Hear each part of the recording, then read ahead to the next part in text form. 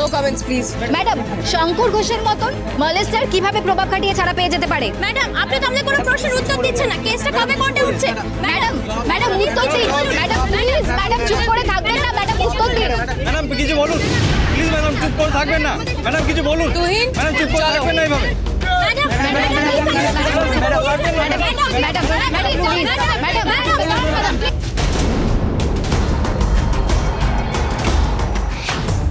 দিমাগ দেখলে মহিলার? এসিপি ঐশানী ঘোষের হাজবেন্ড মেয়েদের মলেস্টের অভিযোগে গ্রেপ্তার হয়েছে, তবুও মহিলা দিমাগ একটুও কমেনি। আরে আমাদের ইগনোর করা মানে নিজের খবর নিজেই খোঁড়া। একদমই।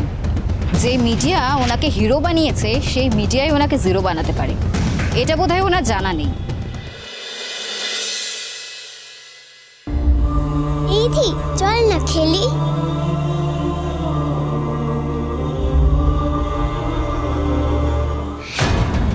এই মেয়ে যা দেখেছে আর যা শুনেছে, এখনই ওর মগজ ধোলাইয়ের সুবর্ণ সুযোগ। মেজবউ আর ঠাকুরপুর বিরুদ্ধে ওকে এমন ভরকাতে হবে যে ও নিজের বাবা মায়ের মুখ দর্শনও করতে চাইবে না। চল না দি, চল না একটু খেলি। আমি এখন খেলবো না। কেন খেলবি না? ওর মন খারাপ। কেন রে ধি?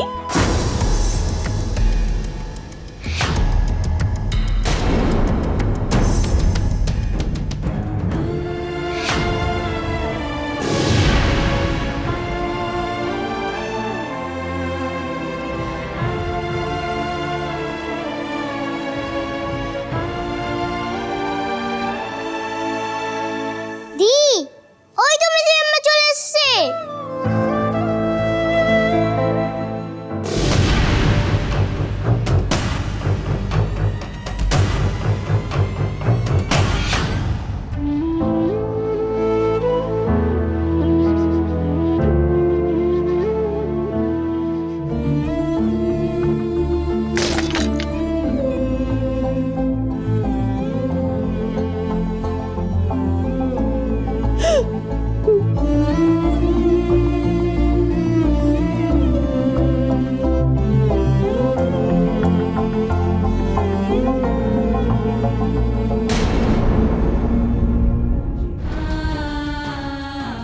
এদিকে এসো। ঈশানী, আমার থেকে দূরে সরে যাও। ঈশানী কাছে এসো।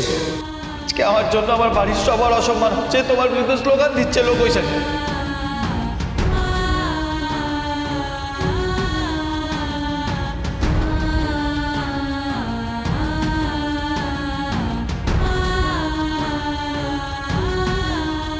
ম্যাডাম, ম্যাডাম, শঙ্কর ঘোষকে কি কেস দেওয়া হয়েছে? ম্যাডাম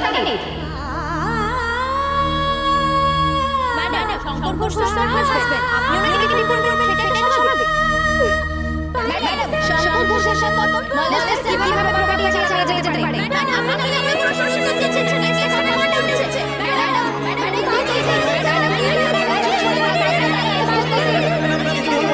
প্লিজ ম্যাডাম চুপ করে থাকবেন না।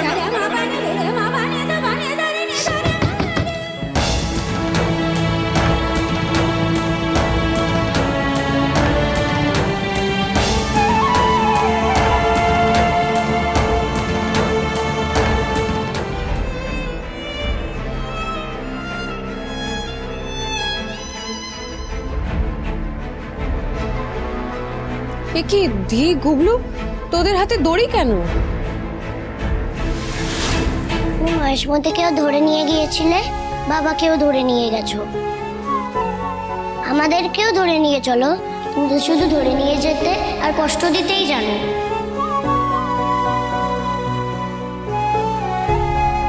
সোনা, এরকম করে কেন বলছিস? বাবা তো পচা, ভালো না, তাই পুলিশ ধরে নিয়ে গেছে। না দি সোনা, তোমার বাবা পচা না, তোমার বাবা ভালো। তোমার বাবার ব্যাপারে সবাই যেটা বলছিল, সবাই সত্যি বলছিল না। সবাই মিথ্যে বলছিল। আর বাবা যদি ভালোই হবে তাহলে বাবাকে ধরে নিয়ে গেলে কেন? দি তো শঙ্করকে এত ভালোবাসে, হঠাৎ এতটা কেন রেগে গেল শঙ্করের উপরে? আর ভালোবাসা, বাপের প্রতি ভালোবাসায় আমি আগুন ধরিয়ে দিয়েছি। আরে দিশো না, গুবলু বাবু তোমরা এখানে কি করছো? চলো আমার সাথে এসো, মাকে একটু বিশ্রাম নিতে দাও। চল।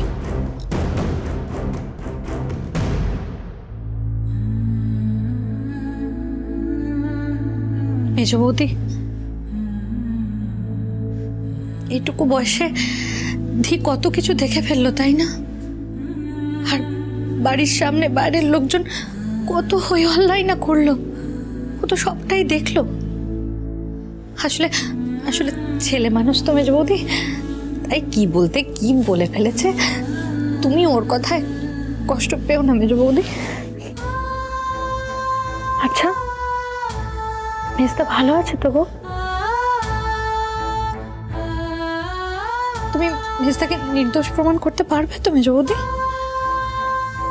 কোনো প্রমাণ পেলে যে মেজদা আমাদের কিছু করেনি?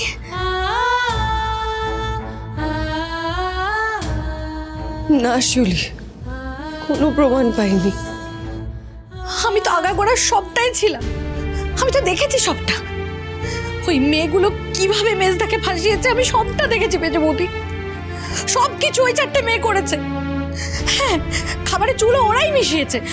ওই যে মেয়েটার চুলটা লাল, ওই মেয়েটাই করেছে এসব কর্ম। আমি বলছি শোনো, আমি নিজের চোখে দেখেছি খাবারের চুলটা লাল ছিল।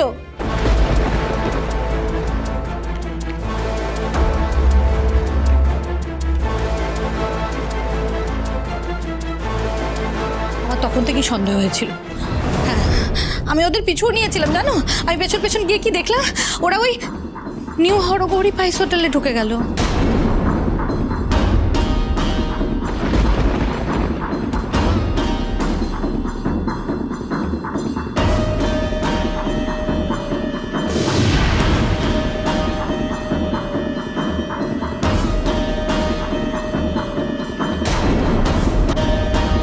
Thank you Shiuli, thank you so much.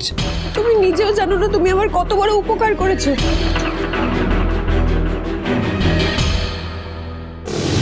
সর্বনাশ, আমাকে এক্ষুনি কিছু একটা করতে হবে।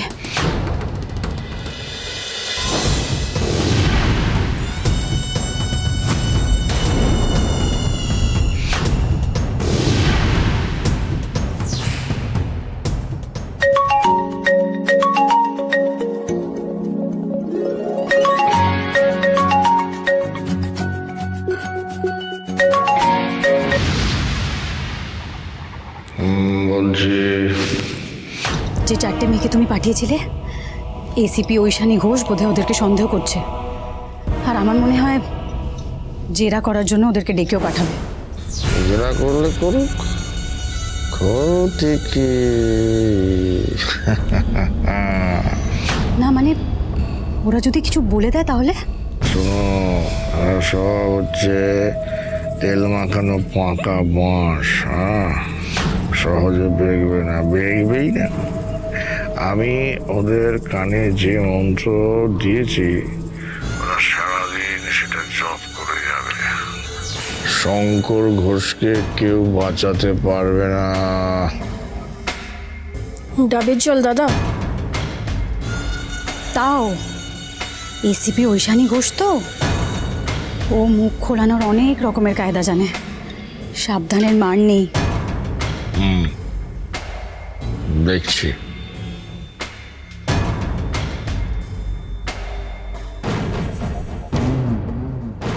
দাদা ডাবের জল।